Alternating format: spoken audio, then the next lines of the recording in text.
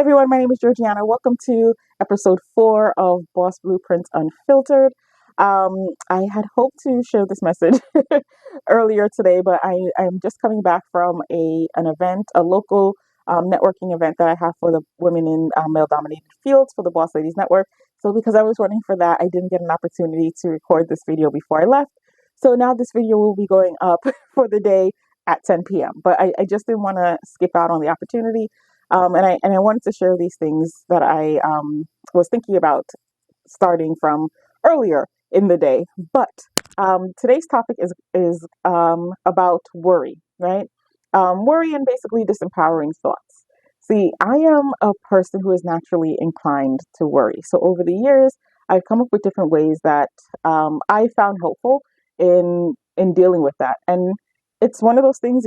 It comes up and you have to be conscious about managing it. It's not a matter of, oh, I've just learned how not to do this thing, but um, it's something that you work on and get better at, that you improve upon, right? So I think that this conversation about worry really stood out to me today, specifically because just a few days ago, I think it was um, Boss Blueprints episode 1, where we were talking about an article that I shared that was talking about limiting and negative thoughts and how it's affecting people and their job performance or their unemployment. And I saw that the article shared a statistic that said among young women, 60% are worrying that the increased cost of living is going to keep them from achieving financial security. And of course, that's jarring because it's a majority. But being that I work in a field of women, it's very important to me. But it's not just women, it's men as well. Almost 45% of men are having the same concerns. So I wanted to share some things that might help when it comes to worry. I like to think of my worrisome, disempowering, limiting beliefs as something that I can sift through, and that helps me sort of deal with them. So, um, not so much sifting like when you're sifting flour and you're just trying to get the big granules to break down, but more like when you watch. I, I want to say like when you're, but it's not something that most of us are doing much of anymore. But like when you watch TV and people are sifting the gold to separate the dirt from the gold nuggets. So you want to get those big nuggets to catch in the pan, and you want to let everything else go. So for me, I try to sift my thoughts into two categories. The first being things that I can do something about. The second being things that are outside of my control. And a lot of times, media conversations, things will focus your attention towards things that you can't control. And if you're not careful, that they can consume you. They could take over and you can get yourself caught up in things that you really don't have any power of, um that you can't do anything about. And it can feel really disempowering because it's outside of your control. And in my opinion, this is where the media lives, right? But if you look at the things that you do have control over, instead of worrying about them, it's better to just take action.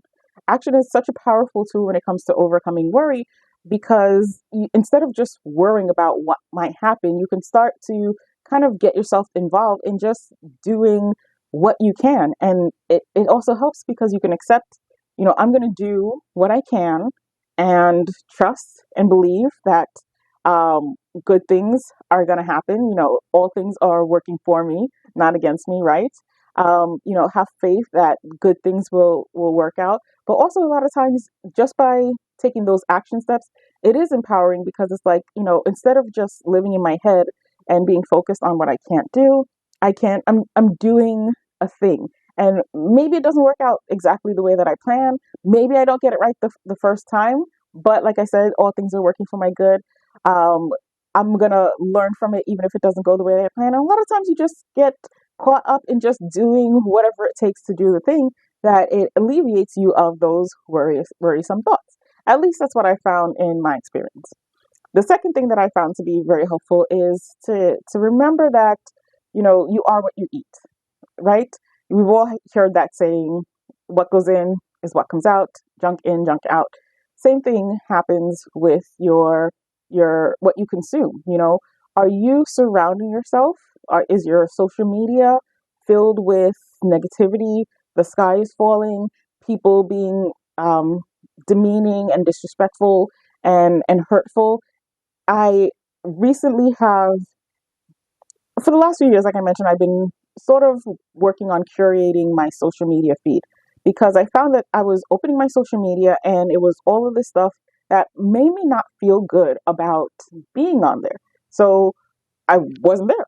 And friends or family would message me like, "Oh, did you see my post?" Like good things that I would want to see and participate in and be active on that I wasn't because I was hiding from my own social media page. And one day I was like, wait, what am I doing? Let me clean this up a little. And I was trying to work on making sure, liking the things that I wanted to see more of, engaging with the people who are sharing good, positive, holistic, empowering, uplifting, encouraging, knowledge filled, good stuff. And I I started to look forward to opening it up and seeing what was new. But I found myself sort of over the last few months again drifting into that place where I was like, I'm taking a backseat from social media because I know certain times of year or, in certain seasons, things on social media can get out of control. But I wasn't taking um, I wasn't, I was thinking more about what is out there as opposed to taking action and doing what I could to make sure that I was curating the feed that I wanted. So the last few days, I've been cleaning it up. Things that were rude and disrespectful, demeaning, hurtful, or, things that I saw that made me not feel good. I was like, block, delete, unfriend. I got a clean house here, you know? And I want you to give yourself permission to curate the feed of your life. Um, a few months ago, I was talking to a friend, and I used the analogy of having a radiation suit on because I know that there are just, some people are just going to be on that trip where that is what they're focused on. It's always going to be something that is going to make you worry or be sad or, feel not good, not feel like you're in a good place. And I sort of have to, before I interact, when I start my day, I have to gear up. I've got to put on my radiation suit to make sure that none of that negativity comes into my life and affects my emotions and my thoughts because it's going to change how I feel. We always talk about Ted, how I feel is going to affect my behaviors, my emotions are going to affect my thoughts. Everything is linked, and I don't want that stuff to come out in my work or in my interactions or worse, in my health. So give yourself permission to have that level of curation. And if it means switching up from friending everybody and filtering out some people, give yourself permission to do that. Your mental health comes first. Let that negativity, fear, insults, the drama that happens, let it go. You know, yes, these are people that, they might be friends or family members, but at the end of the day, you got to take care of you because if anything happens to you, who's going to take care of those people anyway? We always discuss the impact of negativity on your, not just your mental health but your physical health as well. So acknowledge that and just curate your feed. So the feed of your life. I'm not just talking about your social media feed. I'm talking about the feed of everything that comes to you.